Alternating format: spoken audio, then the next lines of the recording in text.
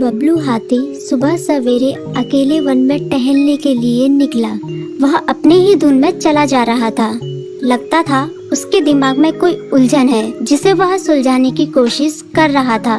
सड़क पर आगे बढ़ते ही उसके सामने चीकू खरगोश भागा। बबलू का पैर उसके ऊपर पड़ने ही वाला था कि चीकू जोर से चिल्लाया। उसकी आवाज सुनकर बबलू ने अपना पैर पीछे खींच लिया। कहाँ खोए हो बबलू भाई? कहीं नहीं, बस कुछ ऐसे ही सोच रहा था। किस बारे में? तुम जानकर क्या करोगे? शायद मैं तुम्हारी कुछ मदद कर सकूं। तुम तो जानते हो आजकल वन में कितनी चोरियां हो रही हैं, पर चोर का कोई अता पता ही नहीं है। इस बात को लेकर वन के सारे प्राणी चिंतित थे। वे वहाँ खुद को सुरक्षित महसूस नहीं कर रहे थे। अरे चीकू भाई, हम मजबूर हैं। हम चोर को पकड़ ही नहीं पा रहे हैं। वह बहुत चालाक है और अपने काम को बड़ी कुशलता से अंजाम दे रहा है। कहीं कोई सबूत ही नहीं छोड़ रहा। हमारे राजा इस बात को लेकर बहुत चिंतित हैं। यही कारण है कि हम सब इस बारे में सोच रहे हैं। अब तुम मेरी इसमें क्या मदद कर सकते हो? मैं कुछ सोचता हूँ, हो सकता है मुझे कोई उपाय सूझ जाए।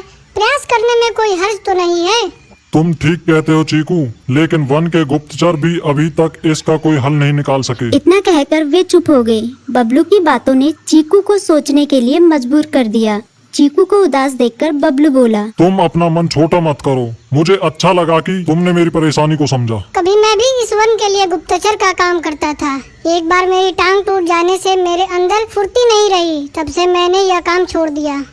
चीकू, तुम चाहो तो यह काम दोबारा कर सकते हो। वन के प्राणी ज्यादातर दिन में भोजन की तलाश करते हैं, वे रात को आराम करते हैं। तुम दिन रात दोनों में ही भोजन की तलाश में निकल सकते हो सकता है रात को तुम्हें कुछ ऐसी बातों का पता चल जाए जो हमारे काम की हो। हाँ बबलू, तुम ठीक कहते हो। मैं आज रात को वन में घूम कर इस बात का पता करने की कोशिश करता हूँ।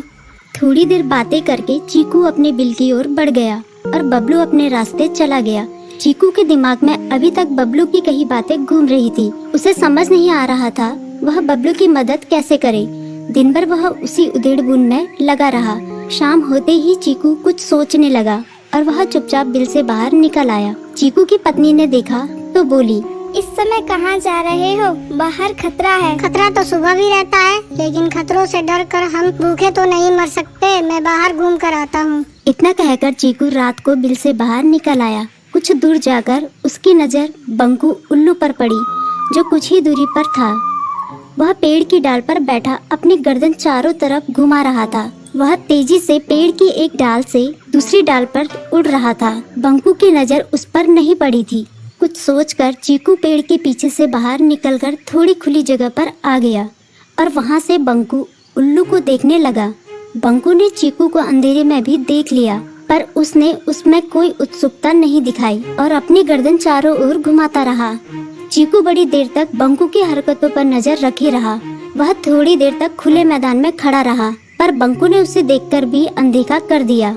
उसने महसूस किया कि बंकू के आसपास चमकू चमगादड़ भी मंडरा रहा था। कुछ देर वन में घूमने के बाद चीकू अपने बिल में लौट आया और सुबह होने का इंतजार करने लगा। अगली सुबह बबलू उसी रास्ते में जा रहा था। रास्ते में चीकू उसका इंतजार कर रहा था। आज बड़ी जल्दी आ गए बबलू। हाँ, आजकल मुझे चिंता की वजह से नींद नहीं आती। कोई नई खबर है क्या? यकीन से तो मैं नहीं कह सकता, पर मैं तुम्हें ऐसे प्राणी का नाम बता सकता हूँ जो शायद चोरों की मदद कर रहा है। कौन है वो? बंकू उल्लू। इतना कहकर चीकू ने रात की घटना उसे ज्यों की त्यों सुना दी। इसे सुनकर बबलू का माथा ठनका। बबलू की आंखें चौंधिया गई। तुम ठीक कह रहे हो। मुझे आज रात बंकू और चमकू पर नजर रखनी होगी। इतना कहकर वे दोनों अपने अपने रास्ते चले गए। बबलू रात को अपने साथियों के साथ बंकू पर नजर गड़ाए रहा। उसकी संदिग्ध गतिविधियों को देखकर बबलू ने उसे उसके साथियों चंकी और संकी लोमड़ के साथ पकड़ लिया। बबलू ने सख्ती से पूछताछ करनी शुरू कर दी। तुम इस समय बंकू चमकू के साथ क्या कर रहे हो? हम चारों दोस्त हैं, इसलिए साथ बैठकर बातें कर रहे हैं।